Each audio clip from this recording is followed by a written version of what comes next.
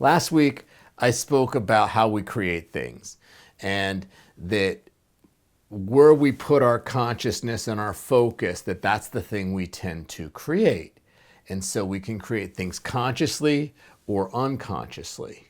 If I say I want to create an intention and create something new, and I'm able to hold my focus on to that long enough to create it, I'm creating consciously. Okay, if I'm not trying to create anything, I still am creating because we're always creating something. Then I'm going to unconsciously create something. And usually when we do that, we're going to create our old pattern, the thing we've been creating over and over again. And so that is the choice. Like it's do I want to create consciously or unconsciously? Okay, and then it's where we put our focus. So today I want to talk a little bit about unplugging the unconscious creation. Next week I want to talk about how to create consciously. But I want to talk a little bit about the nature of unconscious creation. And two aspects of it I'm going to talk about today are beliefs or belief systems and fears. Okay, so when I believe something to be true, when we believe something to be true, it is in a sense an intention. And it tends to become a self-fulfilling prophecy to prove that that thing is true. Whether it's objectively true or not, whether I'm deluded, whether it's superstitious, fear-based, whatever, where I've been brainwashed, it's like if I believe that thing to be true, it becomes an intention, and then I tend to create the things in my life according to it. Okay, so these belief systems can become real problems. A lot of them are fear-based. These belief systems can become a challenge because that's how largely how we unconsciously create things. If I believe life is unfair, okay, or it's a conspiracy, or it's rigged, or it's whatever, okay, then I'm going to create things over and over that kind of self-fulfill that and kind of prove that to be true. And then I can feel like, oh, see, I was right. But what's happened, to do that, I put myself in a situation where life was not fair for me and then said, see, life is not fair. Well, that's kind of how the karmic wheel works, okay? So we have to become aware of what these beliefs are, and this requires some introspection. It's just noticing what we believe to be true. And then where it gets in the way we unplug an unconscious a belief is we look at it and examine it and ask, is it really true? It's like I seem to believe this thing to be true. Okay, but is it really true? Let's find out. And so I'm willing to challenge this belief system. Okay, especially if it's one that's not producing, positive results. If it's not if it's creating a lot of unconscious beliefs have negative outcomes, or outcomes at the very least that we're not wanting. And so if I don't deserve love, that's a belief, okay? And then I keep self-fulfilling myself to not have love. Okay, if I have abandonment thing, it's like when I love someone, they will leave me, okay? And then we've come by these honestly. A lot of us have a dose of, variations of these. Then we tend to self-fulfill those things over and over again. So the way we can challenge it is to become a little less certain of our beliefs. It's like noticing, I seem to believe this thing to be true. I do have some experiences that would suggest that it is true. But is it really true? It's like, I don't know. We have to loosen our grip on the things we believe to be true. Okay, is this a true truth, or is this a story that I'm telling myself to be true?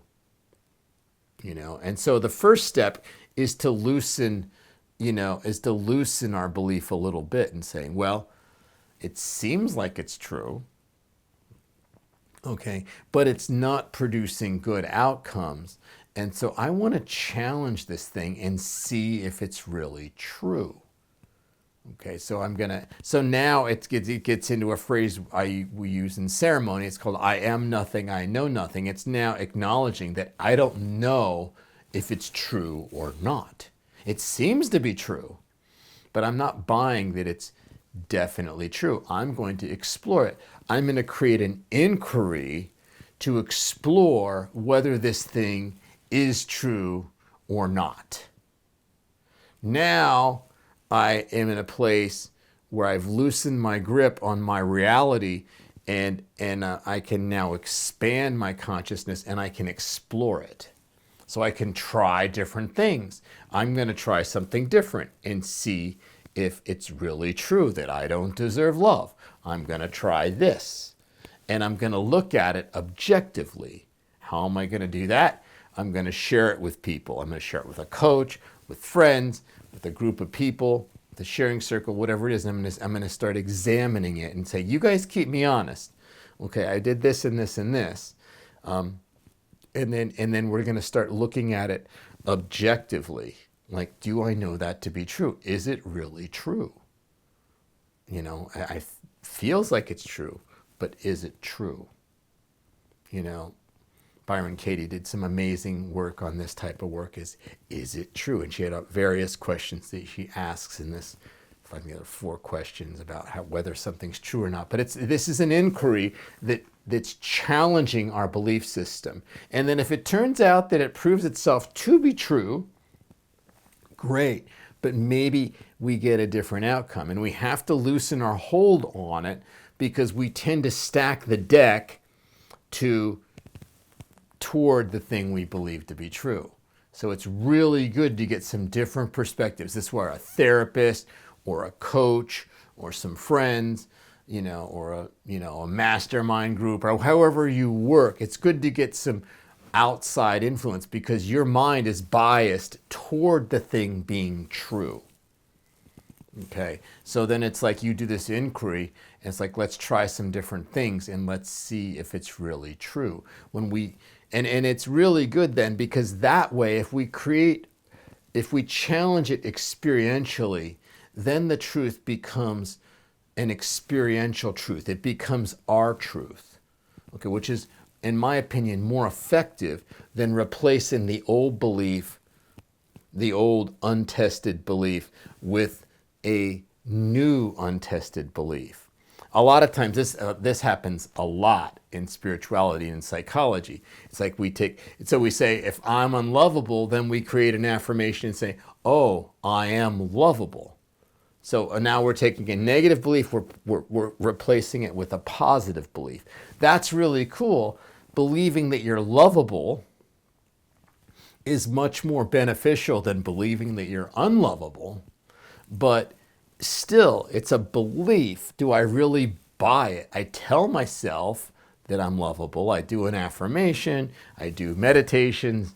I do prayers. I do intentions. That's all great. But what I really like is well, let's explore whether I'm lovable or not. What is the evidence? Let's not just replace a negative belief with a positive. You can do that. A lot of people do that. But what I'm saying is, let's find out your own truth about love and the ability of people to love you. Let's explore it and dig deep and find out what the truth about this thing is. Then it's yours. Then it's no longer belief in a way. It's almost a truth. It's a knowing. I know this to be true. It's not I believe it to be true. And then at that point, we're conscious, and that unconscious belief can no longer create an unconscious intention. It no longer sabotages my life. Fear is kind of very similar. A lot of times belief systems and fears work in tandem. like with abandonment, the fear that people will leave me. It's a belief that people will leave me. The fear is that people will leave me.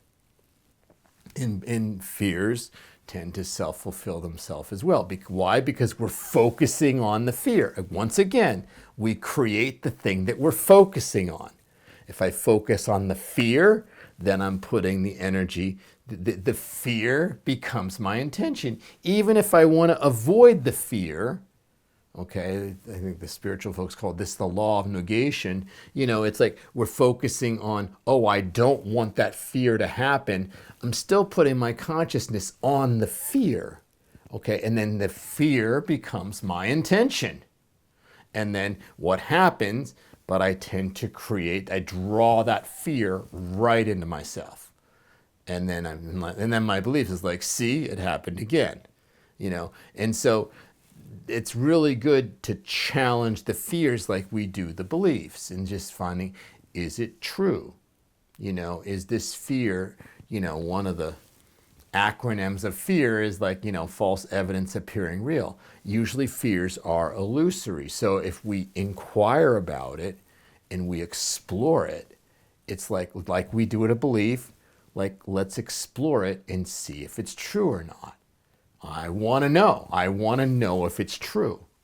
It's scary to explore it, but I'm tired of it controlling my life. I'm tired of creating my fear over and over, so I'm going to challenge it. Is this thing really true? So these are some things you can do to unplug unconscious beliefs and unconscious fears and unconscious intentions. And it requires some work. It's an investment in yourself. In a lot of times you can do help. It's a lot of the work that I do. There are people like me. You need a sharp therapist or life coach or someone that's done some of this work in themselves and has done this work. They have the ability to do it, but you can also do it on your own by just trial and error. And it is good to have people to keep you honest so you can be objective. So next week, I want to talk about how to create conscious intention and how to create a practice with conscious intention long enough that we can create the thing that we want to create. So that is my video for this week. Thank you for watching. I hope you have an amazing week. And while you're walking throughout your week, just maybe think about how you could loosen your grip on the things you believe to be true. There's actually a lot of freedom in not being so certain about how things are, and just instead of this is the way things are, ask, how are things? It's a subtle difference, but it's a very different energy and a different inquiry. And I will see you in a week.